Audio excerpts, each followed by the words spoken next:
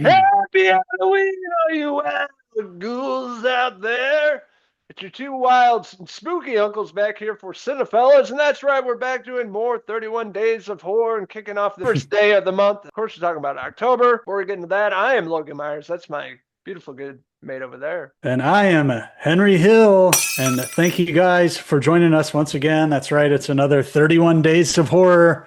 Me and Logan here are in our spooky season and having a lot of fun here. And we can't wait to dive in to some movies that we haven't seen before, also TV shows all month long.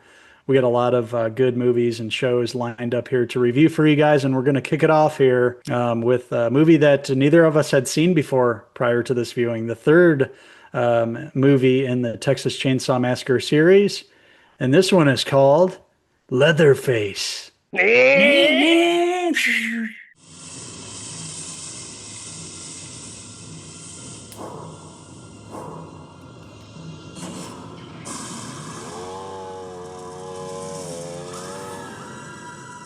Leatherface, Texas Chainsaw Massacre III.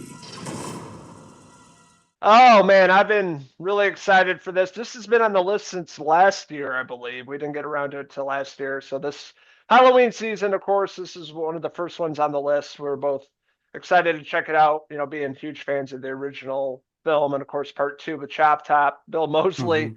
just Yep. wild, fun times, and Toby Hooper. Third one, different direction. This movie came out in 1990, directed by Jeff Burr, and Leatherface a little different, but it takes place with the Sawyer family and really sets up the movie on a spooky note. Spooky way, in a very familiar way. These two people driving out and what looked to be the Texas desert. I don't really know where this was filmed, probably California. Had a cool look to it. It reminded me of our West Coast trip, really, our road trip out in like the back roads in the desert area. So yeah, they end up driving in the desert, and of course, there's the one gas station for hundreds of miles they have to stop at and fill up, and of course, there's some weird pervert that's working there that they come and encounter right away. But yeah, it did remind me of our little road trip in Las Vegas to Southern California. And I think it's the couple in the movie is like Californian couple essentially, Mhm. so pretty Yeah. sure that's where they filmed it. But they kind of set it up. This movie is more like the basic slasher style film, not as raw, not as in your face as the first one. And it plays it pretty safe in this movie for the most part. Some of the killings, the ridiculous Sawyer family, the introduction of a young Viggo Mortensen in this film being part of the Sawyer family, and of course the same old kills. Yeah, I didn't know what to expect with his character at first because he kind of appears to save them when they're at the gas station, and the creepy attendant there pulls out the shotgun and he's like, "Get out of here! Get out of here!" Kind of diverts them. Of course, the guy gets off a couple shots at the back of the vehicle. Ridiculous. I think eventually they hit an armadillo and it splatters all over. You got to have the roadkill scene in this movie. But eventually, of course, the family catches up with them, and things don't go well for the couple. And who will survive? That's the ultimate question, of course, in all these movies. And that's it for the story. It's basically rehash of the first one, but done, not anywhere near with the skill of Toby Hooper. This one was directed by a fella named Jeff Burr. Didn't really do anything great here. It does have a gritty look to it and gritty feel. I was kind of into the atmosphere of it, like I was vibing with the atmosphere of it. But as far as what happened on screen, it didn't have any of the tension or terror that I was hoping to feel. What this movie did have that I enjoyed was, of course, Big Joe Grizzly himself, Ken Foree, the man, the myth, the legend, and I liked his character, seeing him come up and help this couple, help them survive. That's what he was trying to do here, and I did like his character, and of course, he had some guns there to help out in the situation. But of course, the family ends up taken prisoners, and you do see some brutal scenes here with this family. Yeah, Benny is the best part of this movie. Uncle Ken here. I liked his character, felt attached to his character, only person that was likable in this movie, and of course he sold it, knocked it out of the Mhm. park. I love this. Had no idea he was in this movie. But behind me, this is the VHS. I remember seeing this movie at the local video store as a young kid. Always Mhm. wanted to see it because I always thought Leatherface looked really creepy. But the final product of the movie is not at all. The mask is pretty No. shitty and not as Yeah. good as in comparison to like Gunnar Hansen playing Leatherface here. But I Mhm. remember, seeing this a video back in the day as a young kid.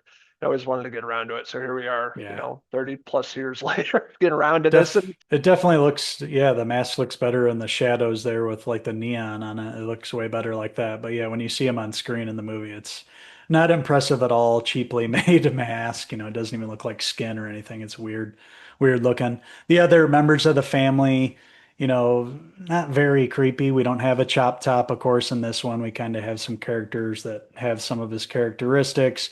We do have a sadistic younger, like preteen in this.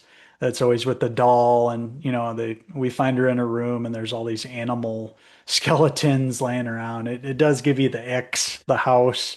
Liked what they did there with all that. It was creepy. They did have the grandpa character there, sitting in the corner and looking dead. So it did have some things that they brought over, obviously ideas from the first two movies, but ultimately just it didn't add anything to the mythology, especially coming off of two, which added a lot. And, we got to see more than just Leatherface. In part two, we got to see a lot of Chop Top. And in this movie, it just takes some out of it and basically recycles a lot of what you see in the first one here. Does have some brutality, like we mentioned, the one where they're hanging one of the characters upside down and the thing comes down, a hammer or an axe. I can't remember what it was, but it came down, obviously went right through the head and cracked that open. That was brutal. yeah, But yeah, otherwise, not going to really remember too much from this movie and don't see myself watching this again like anytime soon anyway. Maybe, sometime down the line if these movies get released all in a box set, maybe. But yeah, this definitely doesn't live up to the first two Texas Chainsaw Massacre films. not even close. This is definitely a movie that came out in the early 90s and it shows for sure. Is it a movie that we really needed? Did it add anything? No. Definitely didn't. Yeah, not even remotely close to the first two movies, especially the original. But come on, 1990. Viggo Yeah. Mortensen as playing Tex, was awesome. Didn't know he Yeah. was in this movie. Seeing a young version of him and what big superstar he became was Yeah. awesome. Of course, Benny's character Ken Faree, incredible, incredible. Best part of the movie. Leatherface is a big letdown. Like I said, poster. I was always scared of it, and then the movie, it's underwhelming. Definitely some Mhm. cool kills in this movie. The set design's awesome. The whole house, the Sawyer family still living out in the open, cannibals eating people, a lot of people missing all over. There's just still living their lives, things like that. Some ridiculousness about it, but hey, it's a Yeah. horror movie. But yeah, I was expecting more of this movie, final product. Just kind of a meh, decent time watching this. So with that being said, I'm gonna give Leatherface Texas Chainsaw Massacre 3. I'd give it a 2.5 out of 5. Viggo Mortensen hair pieces. And I too have to agree with you there. That's a fair score for it. Not awful, awful, but definitely kind of forgettable and, you know, not the best. Texas Chainsaw Massacre, nowhere close.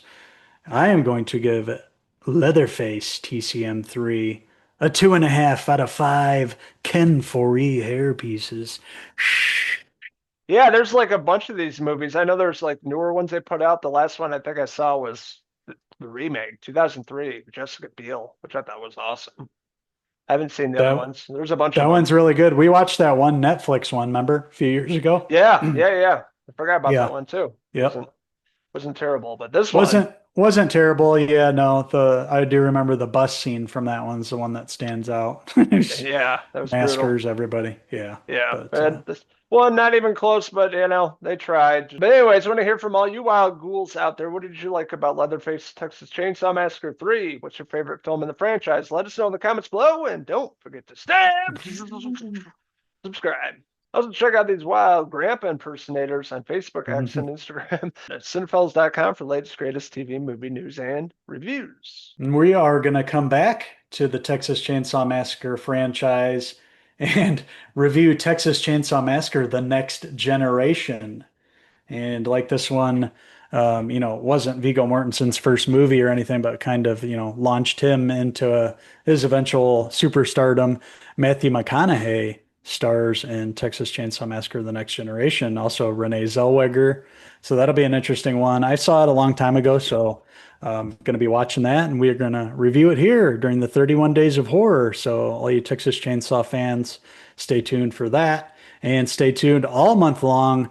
The 31 Days of Horror now officially in session, and we couldn't be happier. So join us every day here in October, and we'll be back with an all new 31 Days of Horror review.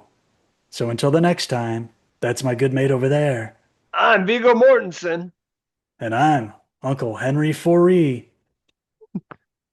Till the next 31 Days of Horror. Cheese! Cheese!